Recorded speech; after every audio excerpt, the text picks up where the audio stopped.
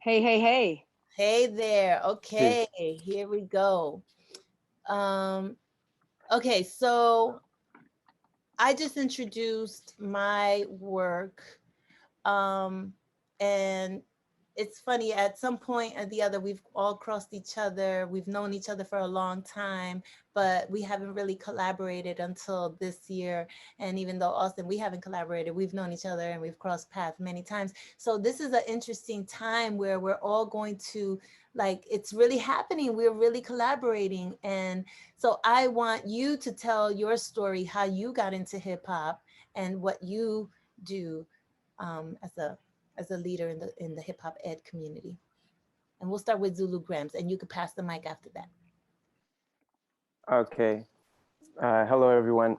So first, I want to just say it was great hearing all these stories today, and I want to give a lot of respect to everyone that's put in all this blood, sweat, and years into education and hip hop culture, believing in it when it probably seemed very difficult to do so.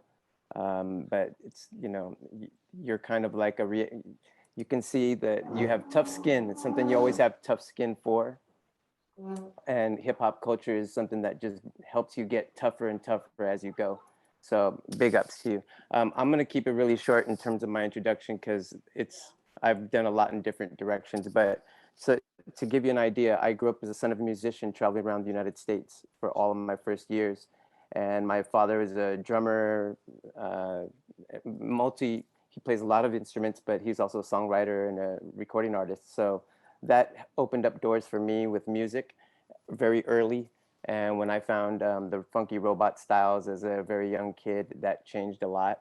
And soon after, b-boying and b-girling, that whole the lifestyle around the break just took over.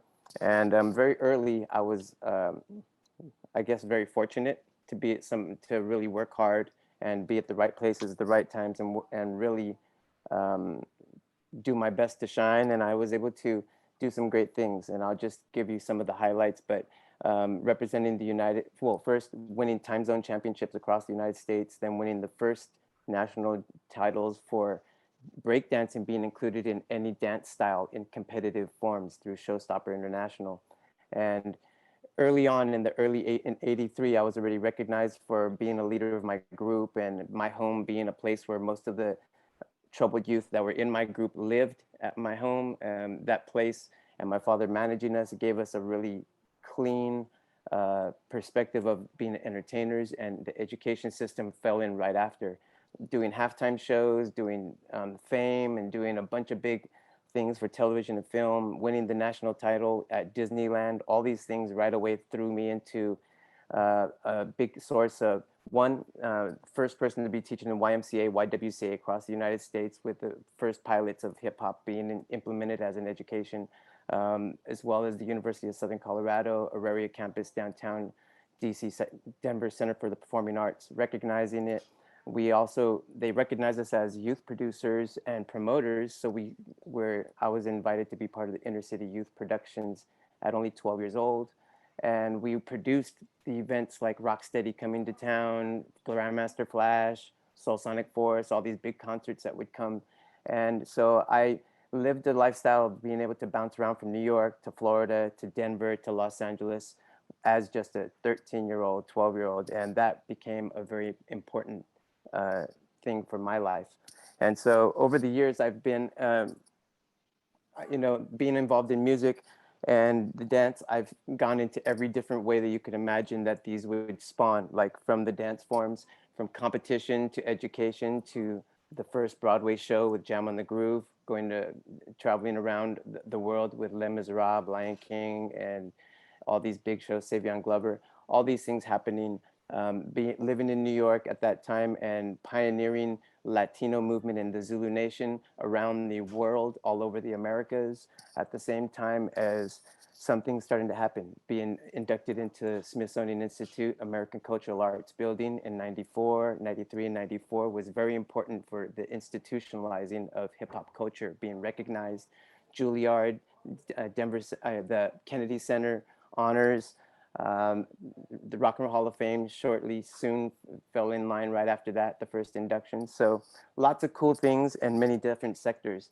And over the years, it's always been a major pillar for us to be, and you mentioned before how important each one teach one is, this concept. So it's always been about education and bringing it back, and it's something I feel good about. So working with No Easy Props over the last decade, I think I've touched over 200 schools in LAUSD, and we just came down from 6 weeks, over 60 classes in just in the last during the summer. So you could imagine during this time it was been about communicating and continuing the process. Even though we're at home, I feel like this is another opportunity for me to learn how to utilize this virtual learning and take advantage of these opportunities with the time that we have, such a short amount of time with students, to be able to teach so much information. And so proud of all of these things. And just to give some quick numbers, I'm a head judge for Hip Hop International, which is in 58 countries around the world. And I personally traveled to 37 of those countries to educate those countries in not just breaking, but in all forms of hip hop culture, history, and now 13 consecutive years of teaching at Rock the School Bells at Skyline College in San Bruno, California. And so these are things that I feel very proud of, that we've been pushing very hard for very, very many years to continue the process of educating. Yeah, we'll pass it to Asia. Thank you, Grammys. Hello, everybody. I go by Asia One. For me, when Martha was saying latchkey kids growing up in the 70s, I mean, that's my MO. That's how I started out too. Born in 71, biracial parents, first generation Chinese American, and just not that comfortable really, I guess, in my own skin. Didn't really know where I fit in, didn't look like a lot of the kids in my neighborhood. And I could say that hip hop, just fast forwarding, when I found out about hip hop, I liked all the tenets of the understanding that if you can learn about your own culture and history, and you can accept yourself, then you can learn about other people's culture and history and accept them as well. So all of these things really resonated with someone like me, who was kind of middle of the road from Denver, Colorado. Just kind of similar to what Martha was saying. Like I was kind of quiet. I just, I was on the fringes. I, I remember when the Crips set up in Denver, and they kind of recruited a lot of the people from my neighborhood.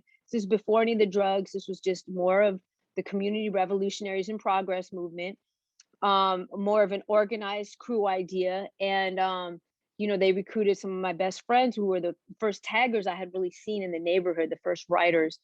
And I was always on the fringes, never really down, but just affiliated, hangout kind of person.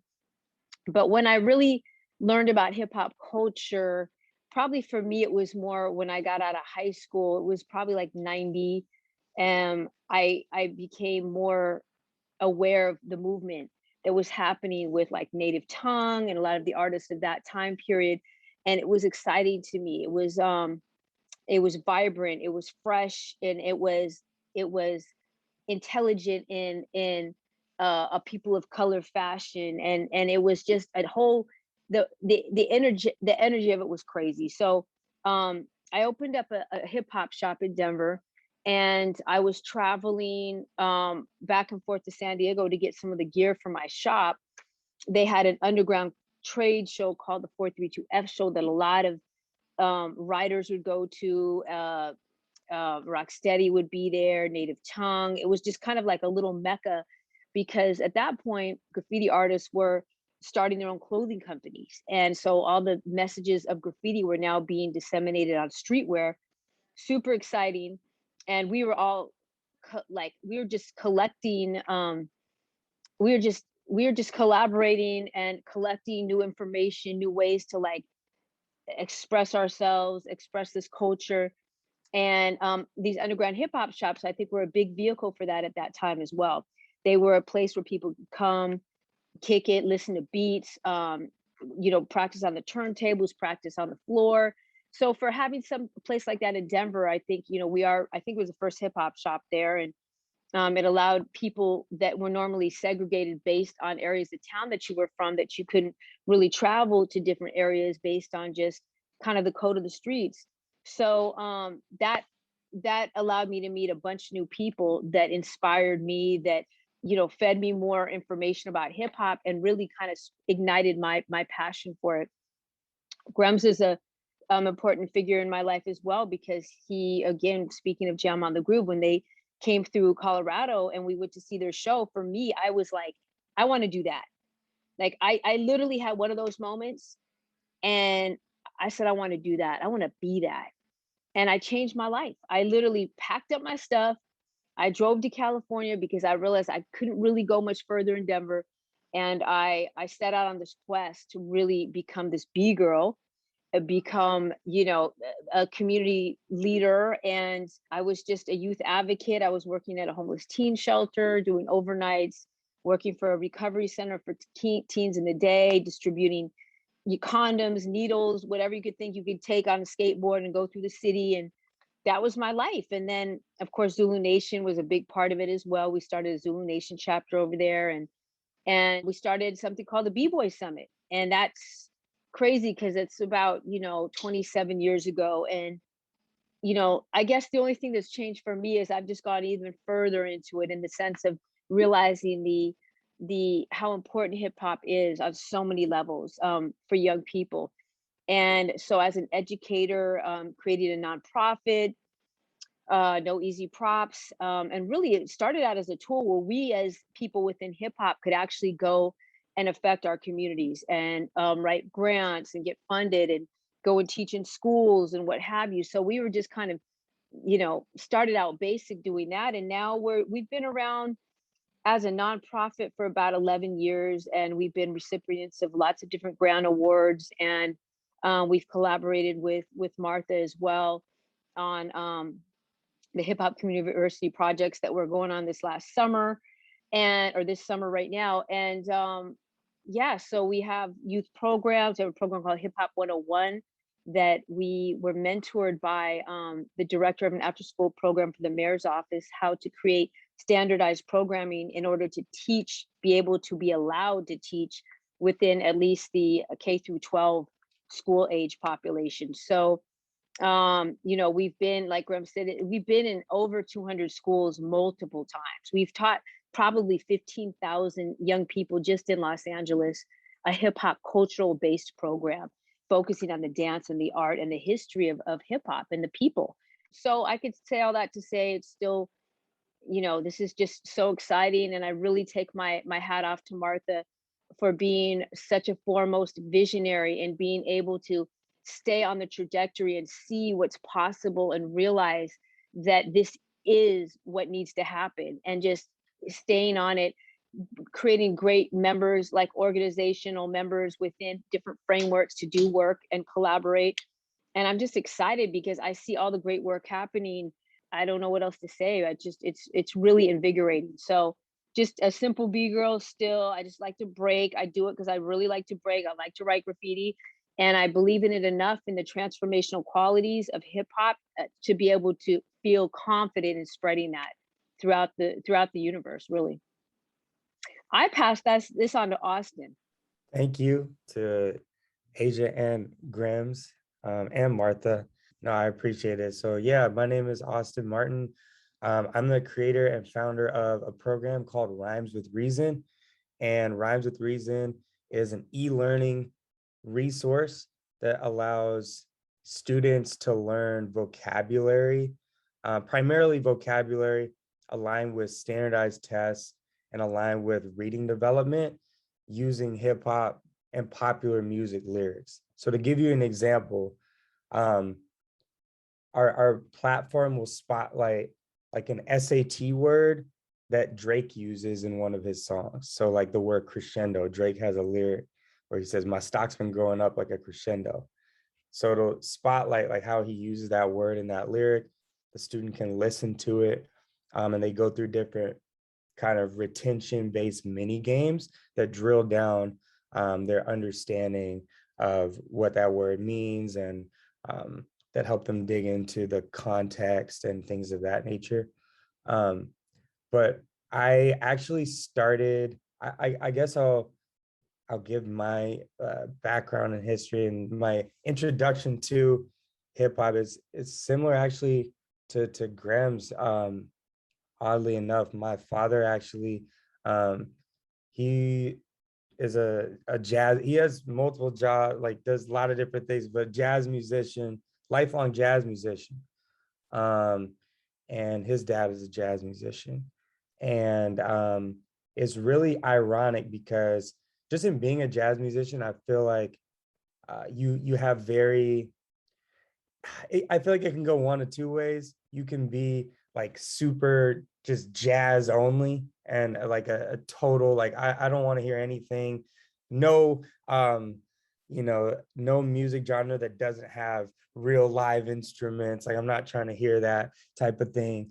Or you can be uh like a jazz head with very eclectic taste that kind of likes everything. And earlier we were watching the video with, like with Dilla and all the, like, I mean, obviously there's a real connection between hip hop and jazz and the samples and the grooves and everything like that. So you could be a jazz head that's also a hip hop head and a rock head and all kind of stuff. Um, Oddly enough, my dad actually is the former. Like he's really mostly just a straight jazz head. But for some reason, I was actually, I just turned 26. Um, I was born in 1995, and in 2002, I was 7 years old. And my dad, for some reason, he doesn't, basically what I'm saying is he doesn't really like hip hop that much. But for some reason, he came home with a 50 Cent Get Rich or Die Trying CD. And I remember he would take me to school, like when I was in like first grade or something like that. He would take me to school and he put it on in the car, and like it just put a light bulb off for me where I was just hooked. Like I was just like, this was the best thing I'd ever heard in my life. And it's funny because I grew up around all this music. Like the reason I think I connected this to Grams is because my father's a drummer. Um, so like drums has always been a part of my life. But yeah, it's crazy because yeah, I had like this exposure to music growing up, but I actually never really loved music until I heard hip hop, and particularly heard 50 Cent's Get Rich or Die Trying CD. And um, after that point, I remember for like Christmas, my birthday, I was like, all right, I need Kanye's CD. I need the Game CD. I need Snoop's new CD. This is around like 2004, 2005. And that's just what I wanted every single year. Like that was like, I was just obsessed with hip hop. And during my formative years, I was like, I was known as like a smart kid, but I wasn't that great academically. Um, but I was like I would literally study. And it's funny because like this introduction that I was explaining is a very, like, especially with 50 Cent and the connection to drums and all that. It was, I at first I really liked the beats, but then I really as I got older, got really into the rhymes and the lyrics. And I became like obsessed with lyricism. And that is actually really what birthed Rhymes with Reason, is that even though I struggled in school, I would say from like age 0 to 14, I was like a nerd when it came to understanding double entendres and storytelling and the techniques of songwriting that my favorite rappers, like people like Lupe Fiasco and the Jay-Z's and you know, who else is like a personal favorite around, I'm trying to think of during that era. Of course, Nas. But yeah, I'm kind of like a I'm not even gonna lie. I know some people on this call might not even like this person, but I was huge into Lil Wayne, like, when I was a teenager. And that's what was connecting with me as a teenager in, 2008 when Carter 3 came out. But I was really like he said, we forgive you. Yeah, no, that's what was resonating with me. But I was like, not the casual Lil Wayne fan. I was somebody that was like legitimately trying to understand every punchline that he was making in his songs. Um, but anyway, this kind of investment that I was making personally into being a student of lyricism really benefited me as a reader, writer, communicator, and student in the humanities subjects in school, like later in my academic career. And in high school, I just like took off as a student.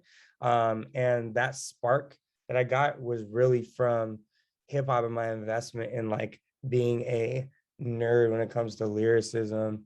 And what I actually in high school, like did really well, had above 4.0, got accepted to Brown University out of high school, went there for undergrad. And my freshman year as a 19-year-old, I was challenged with the like I had this like idea that I wanted to create an app where students could like study while basically have hip hop integrated into their study or learning experience, because that's kind of like how it was for me. And when I was in school, they said, all right, you got to validate your hypothesis with some research. Like, you got to make sure this is a good idea. So what I did is I looked up the top 100 words on the SAT, and I found 67 of the top 100 words on the SAT in like popular, recognizable hip hop lyrics. And then from there, looked at like sixth grade Common Core vocabulary words and found like a ridiculous amount of overlap with that and like existing hip hop lyrics. And then eighth grade, and that, so it's like I started building this library of words that related to standardized exams and words that are being used in the music of artists that kids listen to every single day. So that's like how the idea of Rhymes with Reason came about. And I built it, it's a web-based app. We're gonna go into like how it works in a second. Oh, okay. That was a great introduction. Yeah. I think it's great to hear how you developed it, and how it came about, and how your father is a jazz musician, and how you just Yeah. changed it up for him, for the family. Yeah. So we don't have a lot of time left, unfortunately, but we need to talk about technology, right? So we are entering the space of hip hop and ed tech. There have been other programs before, and of course, we've been Zooming, we're Zoomed out, but there have been apps like yours and other technologies like the Rap Research Lab and others around the country that are just really doing amazing work. But how do we scale this, right, in schools, right? What are the challenges of teaching dance through technology? Can we talk about the challenges, and then and also talk about like the pros, like why should we continue to pursue uh hip hop ed tech, and maybe formalize it as a hybrid model, right? And we can talk about that a little bit later, but first talk about the pros and the cons of using technology to teach the elements. Go ahead, Zulu Grams. Well, in terms of, I guess we'll start positive pros. This is probably the most technology we've had to be able to communicate with people and to be able to focus on questions, concerns, comebacks, feedback, and things they may want to share in different forms, like virtual hand, physical hand, use your voice, use your chat, type it out, write on a piece of paper, go ahead and scratch it into a rock with a rock if you want onto a surface. It wouldn't matter. The greatest thing is that we have the opportunities to just continuously push forward on the communication, both as a group and individually. So instead of singling people out, which also makes it hard for education for some people, because some people don't like to have to be told publicly or in front of other people, you have an opportunity to be able to communicate privately. And that's just, there's no way you can do that in real life. In real life, you would have to still ask them to come up to your desk, and you would talk to them, and everybody would see you walk up to the desk and they'd still wonder what was being told. So these are some things that I look at as some ways of looking at it positively. In terms of the technology, I mean, it's going to have to, sooner or later, we're going to have to be able to agree on certain type of equipment and a certain type of, certain level of expertise with the equipment, and make it standard, and then keep elevating as technology goes. We have to keep elevating with the technology, which means if we're still doing something that was advanced last year, then we have to know about it right when it's advancing, and we have to be using it right away. So technology will be something that we'll always have to keep learning, which means that we keep learning, and it forces us as educators to keep learning, which is that process we keep talking about. When you become a master, you become a practitioner. So practicing what? New applications will be a whole different thing. So I think that those are great things, that it's made me read more, me be more engaged in a lot of different applications I wouldn't normally use, just thinking of ways to communicate with people.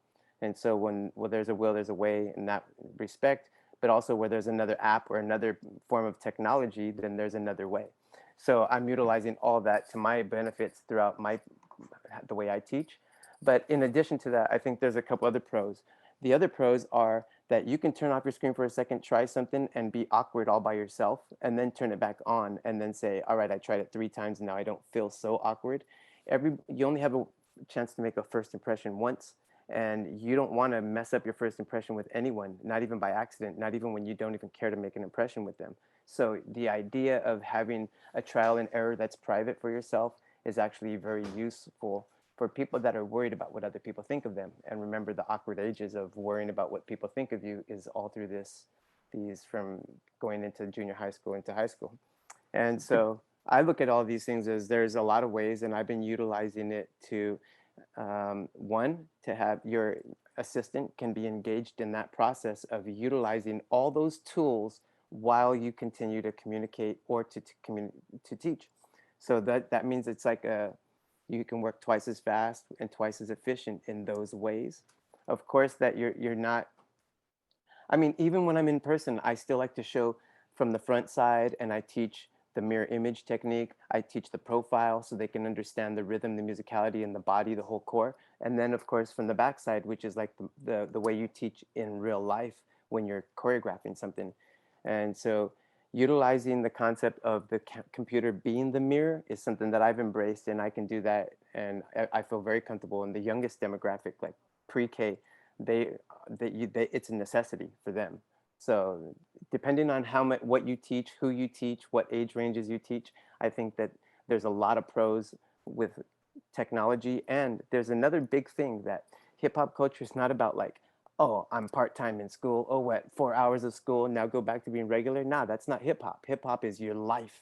So when you go to school, you learn. When you go home, you practice. And if you have an opportunity to get some technical details from people that are online while you're practicing, that's actually saves you all the pain and that we, as the first and second and third generation b-boys and b-girls, feel physically, that you can fix. Just like the technology of watching a video and rewinding it over and over, and you can learn the technique before you apply your personal style and flavor. And so there's a lot. Cons, of course, yeah, you want to be in person, you want to be able to fix it, you want to be able to hear and feel the music the same way, and you want to make sure that it's not traveling at the speed of sound or speed of light, which are all different things. And there's other cons, of course, that everybody just, like being engaged with people in real life, there's a certain amount of accountability that we all been talking about, which I feel that that's a debate in terms of how much accountability you can get out of someone, because it's really about how much you push to have accountability as well. And so like, those are all things, like, these are all probably standard things that we've all probably thought about. But from my perspective, I see it as not just a choice, it's a necessity to continue online education. Because for some people, they don't turn it off. They're full-time 100% into it. And when they are, it's good for them to have people around, people that'll help, people that can continue the process. And there's people all over this planet Earth while you're sleeping, someone else is training. And while they're training, you're sleeping and you're resting, and all those things are happening. And you're able to learn about things by pushing forward. When you wake up, you say, I want to train now. You can find a way to continue that process with many people around the world and not feel like you're by yourself. And you also have the space of being all by yourself and not sharing the floor. And now with the pandemic, now is the best time to be completely private with your space and breathing hard and sweating and all the, what you're doing you don't want to worry about things other than training. There's a certain amount of safety. So I think that, There's a lot, and I can keep going because it's just barely breaking open a surface to me that I can say so much more in the pros and cons area in both directions.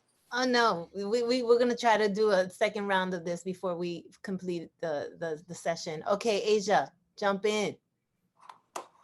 Hey y'all, sorry, I'm about to drive, so I need to actually keep my camera off. But overall, I feel like that from this last experience, this last summer, or just last summer, I keep saying that because it's this summer, but we just finished. So I was less concerned with how much the young people were actually absorbing, because I want to just be able to feel that I'm delivering material that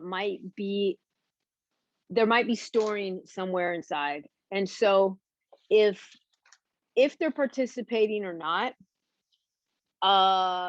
you know, that was challenging because you had some kids obviously like all together in one room, dancing together. Then you have kids individually on their own computers, either in one room at a school or virtually at home. And I think they might have just found it entertaining watching me and listening to me talk. So it became almost like a performance. And a matter of fact, when my mom was watching me one day, she was like, wow, she goes, "You're excellent." And I was like, "Thanks, Mom," which was kind of cute to hear, honestly. Because my mom, my whole life has always been like, the hip hop thing. It's just always loved it, but she just, sometimes wonders what I really do, right? But anyway, so she was like, "Wow, you're excellent. You're really tying this information together. You're painting a picture for them. You're giving them important local information that's valuable to them, and then you're showing them." And so the way that I thought about it this time around, at least, is that if I'm giving, teaching is kind of like performing, in my opinion. You kind of are performing because you need to get their attention.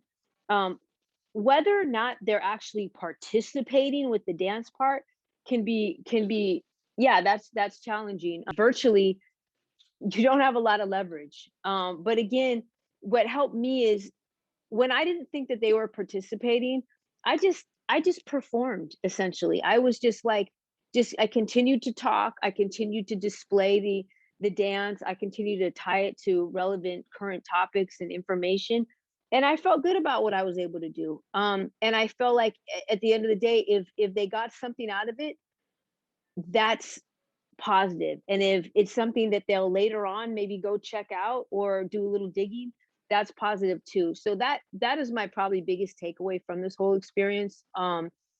I do think that there's always going to be a need for virtual courses, and I think that the young people, it was kind of maybe a 50-50 split.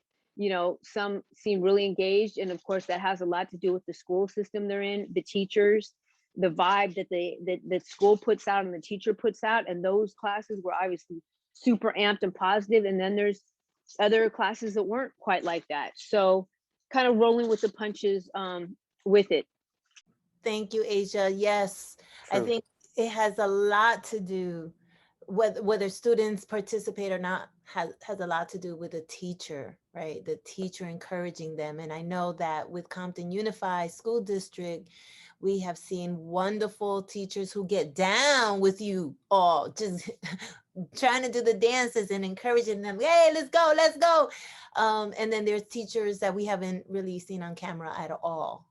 And I think that is a huge problem if we want these classes to succeed.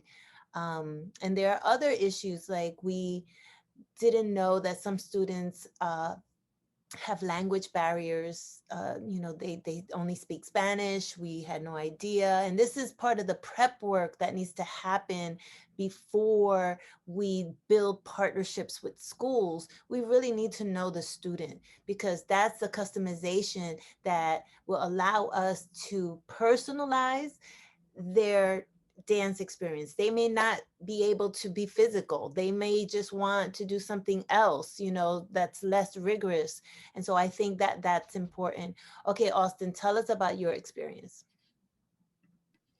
Yeah, it's really interesting actually for us, because since we launched in like late 2017, early 2018. It's been we've been an online program since day one. Like our product is a web app. And it's like a self-guided learning experience for a student, right? So it's really interesting. I think for us, uh, in terms of scale, the reason why we did that from the beginning was to be as, I think, scalable as possible. Like that was our aim, you know, to be in creating an app and like an online learning experience. Ideally, it can be consumed by anybody from anywhere. So that was like the original intention. But in reality, what I've seen is that, you know, even with an online application, like teachers and facilitators that are passionate about it being rolled out to the students really dictate the success or non-success of the program. Even though it's all online, like a teacher, if a teacher is like really nonchalant and really unexcited about giving their their students an app, like the students probably not going to be that excited about it, but if the teachers um introduce it in an exciting way and support their student, like if they care about it and actually get it and really see the importance of it, then they're going to offer support and kind of support their students even in using it, even though it's like a self-guided thing. So basically the reason I'm saying that is that during the pandemic it was hard. Some of that support is harder to, there's so much other support that needs to happen, that like programmatic support that we actually even train teachers on doing was difficult for that to happen because of the challenges due to the pandemic. Yeah, and it's interesting, like even the like schools that utilize our app, like they say that in person it's better because like students will be working on it, and then there's teachers even over their shoulder like making sure that they're not like doing something else on the computer. And so like the pandemic and online, there's definitely cons and challenges just inherently in doing any sort of online programming. But for us, the entire reason that we built it the way we did was centered around all the pros that we've been speaking about thus far. So Can you quickly tell me what's your impact or your success rate? yeah, so I mean, we've worked with, it's funny, but this number, everyone keeps saying 200 schools. So we've worked with almost 200, or like our program has been utilized in almost 200 different schools and after school programs across the country since 2018. Different districts, we have some like individual school partners, and then some like that are like district partners. One of our district partners is Hampton City Schools in Virginia. We have right now, it's like a in principle agreement with Broward County in Florida, in South Florida. And then in terms of like impact, we've seen some incredible like gains on Renaissance reading exams associated with our program. Like there's this cohort of 5th grade students in San Diego actually, that they took 2 Renaissance reading exams in the span of 2 months, and 60% of the cohort grew between 4 months and 1 year in a 2-month frame using rhymes with reason. So that's like one really positive metric that we have. In Hampton, they've showed us and like how it's increased their Lexile levels on state reading exams on their SOL tests. So we've had some really positive impact that we've been proud to deliver thus far.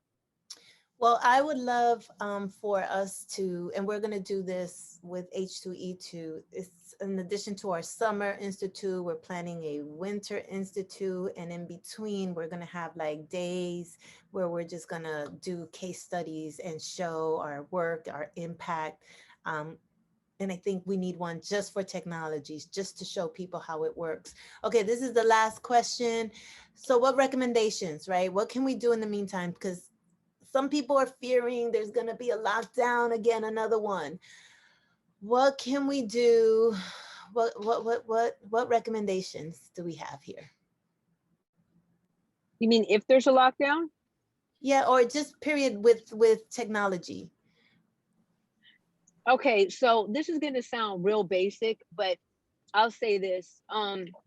You know, what helped me a lot is obviously setting up my environment properly, making sure I had cordless headphones, making sure that my music, like that I logged in 5-10 minutes before, and that the TA, first of all, having a TA is super crucial to the experience, I believe. Overall, it's another person, another leg of accountability, another person to just help troubleshoot everything else. So make sure that the music, that the classrooms can hear the music, that you have your music started a little in advance so that when they come on, there's already a vibe going on there.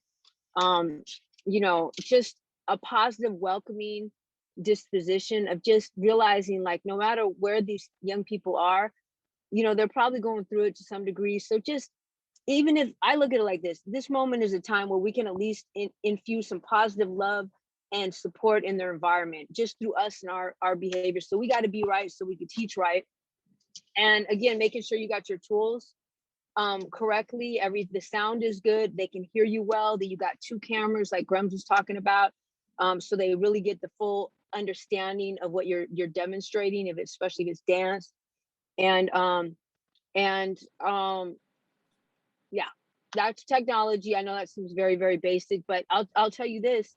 In the beginning, it took me months and months to actually figure out how to actually share the music correctly, where every day it wasn't different, where sometimes they could hear it, sometimes it wasn't. And it wasn't even in Zoom where I found this information out, which was kind of messed up. It was through some other party that, you know, was able to very, you know, succinctly demonstrate it. So I think that we can, as a team, who's ever coming on board to teach, I think that we should go through this basic stuff, even though it seems basic, because sometimes it's just different for each and every person. So making sure that they have the correct tools and the environment that's going to be best for that class when the class comes on. And then, yes, some accountability with the schools, whoever we're teaching, that the teacher will be present, that the teacher will encourage participation, and the teacher will possibly pass out some handouts, or provide information for the young people in advance of, if it's all virtual, so that there's layers of responsibility, and it's not just like, you know, them being like, okay, I got an hour where I can just like zone out because these people are thorough and capable and I don't have to be there. Because that was some of the vibe that I got. Like, there's no teacher around, nobody around, just do your hour, I'll get back on afterwards. So no, I would suggest those things. Absolutely great suggestions. And I think that all hip hop teaching artists that are going through this H2E2 initiative should get tech training. And yes, Hip Hop CommUniversity, we pair teaching artists with teaching assistants because we know that it could be challenging to answer questions and dance and do all these things. And so we have teaching assistants that work with the artists. Okay, Grams. My recommendations moving forward, especially in light of just what's going on, I would just say that we should really be pushing forward to continue online education with more schools in each of these areas, especially in Los Angeles, just like we just did, and push for it to be more mandatory, or at least be part of a couple different ranges, whether it be part of the history department, the music department, dance department, or just PE, whatever it is. But finding our way in to stay there, to be there for, you know, like as an important function, not just something that's like easily tossed to the side. I think that's a fight that each of us as educators in hip hop, whatever element or whatever you teach that incorporates hip hop, we'll all be fighting for it to not be an elective or not be something that is like, oh, well, you know, we don't know if they'll show up. It's, you know, it should be, so I think it should be revisited in terms of how it's presented, in terms of the online education plans for different schools, whether it's private, charter, or public.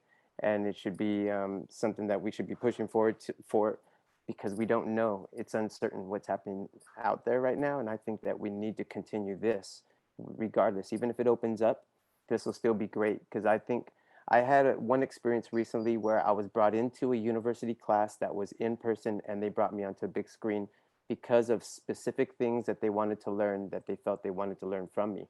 And that right there was a very important tool for in-person education, utilizing the people, the pioneers, innovators, legends, people that are shakers and doing things regardless of where they are, to make sure that your education moves fast. And we're in competition with every other country. So I think that we all need to remind ourselves that, one, we have to move faster. Two, hip hop was from here and it's not celebrated here, because what you do in your backyard never gets proper respect. So we need to fight that war.